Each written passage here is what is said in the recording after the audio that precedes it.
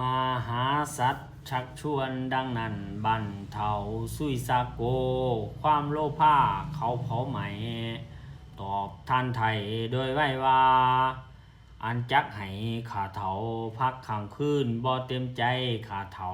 จักเดินไปในเสาร์วันนี้อยู่ที่นี่นานไปอันตรายมีมากอิทธิโยนามะสือว่าผู้ยิ่งทั้งหลายนี้เทียนยอมเป็นอันตรายแก่ท่านแท้ดีหลีแลนาส่วนดังชินภาพมันบ่ตามใจพามบาท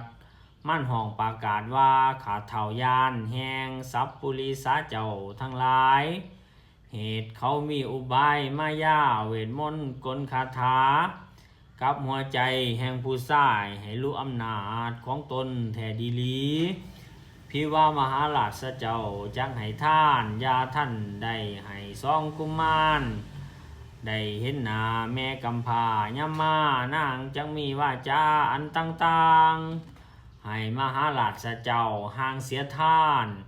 จงสั่งไว้ยาให้ท่านใดสองกุมารได้เห็นหน้าแม่กำพร้าเมื่อยามมาจึงเป็นอุตตมทานอันเป็นปัจจัยแก่พระโพธิญาณดวงประเสริฐลำเลิศยิ่งนักหนาก่อขานาเวสสันตาโลเมื่อนันบรรพาเวสสันดรกษัตริย์วัตตว่าจิงกาวาดูล่าท่านพามพิวาทานบ่มักไข่เห็นหน้าสีกษัตริย์มัสีสีกษัตริย์มัทธีผู้มีวัดผู้มีข้องวัดดีอันบ่เศร้าทานจงนำสองเจ้าทั้งคู่เมื่อหอดปูในเมืองแก้วกูปาเสไซเห็นหน้าไปปูจักส้มซืนเข่าคล้องยืนถมมาหน้าคุณทานจังได้เป็นคนมังมูลบ่ทุกยากแท้ดีหลีส่วนดังชินภาพมันบ่ตามใจพระบาทมันห้องประเทศว่าขาดเท่ายานบ่ไปในเมืองปาเสไซหาปูเพื่อจักคูใส่โทษว่าเถ่าเป็นโจรขัวหาข่อยลักเด็กหน่อยมากครัวขายกินแล้วจักใส่สินไหมหรือขาเสียกระทำโทษจักเสียประโยชน์จากข่อยยิงซ้ายยินหลายแกเมียจักดาปอยข่อยเท่าวายสมพานก่อขาแล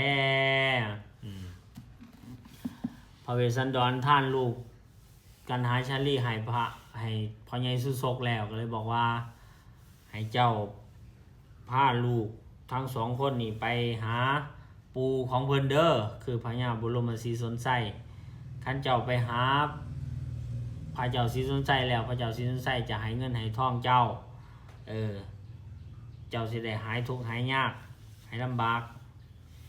พญาสุศกว่าอุ้ยขน่อยบ่ไปดอกขั้นขน่อยผ้าลูกทั้งสองนี่ไปนี่ถือขาแท้ละเดี๋ยวก็สิว่าไปรักเด็กหน่อยมาอีกอย่างหนึ่งเมียก็จักดาขน่อยอีกว่าสันขน่อยบ่ไปดอกมหาสัตโตเมื่อนั่นบานเจ้าทำมีการรัดสีพันนาคุณความดีแก่พามเถ่าว่าดูลาท่านพามส่วนดังพญาบุรมมาสีสนใส่ต้นใหญ่บ่ใส่บ่ปะมาบ่ใส่พ่อประมาณหาตั้งประเสริฐแก่เศร้าสิพี่นอนละลานพระบาทเจ้าเห็นแล้วย่างล้านแก้วเดินมาจังมีพระราชคาถาสมซื่นเจ้าจักยกยืนยั่งเขาของอันใดพ่อเพิ่งใจแห่งทานบ่สงสัยแท้ดีหลีนะพระกษัตริย์กล่าวดังนั้น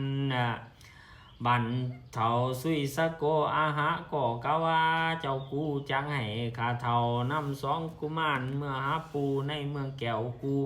ปะเสไซพ่อเป็นที่เพิ่งใจแห่งผู้ขาเนตรสามิผู้ขาจากน้ำเมืองกาลิงคลาดให้เป็นข่อยบัวระบัดแกนางหน่อยนานอมิตตาอันเป็นภริยาเมียมิงหักขอดยิงหัวใจก่อขาแลเมื่อสุยสกะพามกาวดังนั้นบันเจ้าสองกุมารทั้งสองสุตตว่าได้ยินถ้อยคำแห่งพามอันหยาบใส่สุภาพควรคันลองควรคล้อง ดูบอดีหีบแลนนี้ไปนอกหลังศาลาแลซุ้มทุ่มป่าใหม่อยู่บ่อใดพ่อยามเหมือนดังพามเถาจักเข้าไปสอกเอาตัวในที่นั้นมีตนอัญญาณสะบันสันทรายไปมาปาลายิงสูสองพิมพ์ผ้าบอสาอวยหนาสู่สะบกคลนีขาดตัวดีให้แน่นแลนลงน้ำด้วยความกลัวเอาใบบัวปกเหนือหัวหลี่อยู่ผอมทั้งคูในน้องก็มีแลพระเวสสันดรเว้ากับพระเยซูศกจังสันสองกุมารกันหาชาลีนั่งอยู่หันก็ได้ยินว่าพอนี่ได้ท่านลูกให้แก่พระเยซูศกเท่าพามพิเพศนี่แล้วก็เลยเกิดความกลัวความย่านว่าอุ้ยพอได้ท่านเฮาแก่เท่าพิเพศอันนี้แล้วหมู่เฮาหนีซะแลนหนีอยู่บ่ได้แล้วว่าซั่นแลนหนีไปลี่นะไปลี่ลงไปลี่อยู่ในสระดอกบัวแล้วก็เอาใบบัวปิดหัวไว้เพราะว่าย่านหลายหัวพอนี่ได้ให้แล้วได้ท่านไปแล้วเขาสิเอาเพิ่นนี่ไปเป็นข่อยเป็นขาทานรับไส้จักสิตีจักสิขาละสงสารสองกุมารอ่อนหน่อยเด้เนาะตะมัดทั้งปากาเซนโตพระเจ้าจักไขอัฏฐาภายหลังมาให้แจ้งจึงแสดงเป็นคาถาว่าตาโตกุมาลาภายทิตาดังนี้เป็นเขาภิกขเวดุลาภิกขุสงฆ์ฟุงทรงจาตุปริสุทธิสินบ่เศร้าเมื่อพัมเบาเสียงแข็งสองจอมแพงลูกไทยอยู่บ่ได้แล้วแลนนี้แลมีดังนั้นบันเทาสุยสกะอาทิสวาบ่เห็นสองกุมารพี่น้อง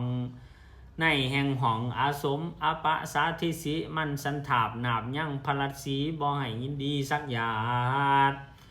เอามูสาวาดเขามาเต็งก้าวคมเหงให้เดือดหอนว่า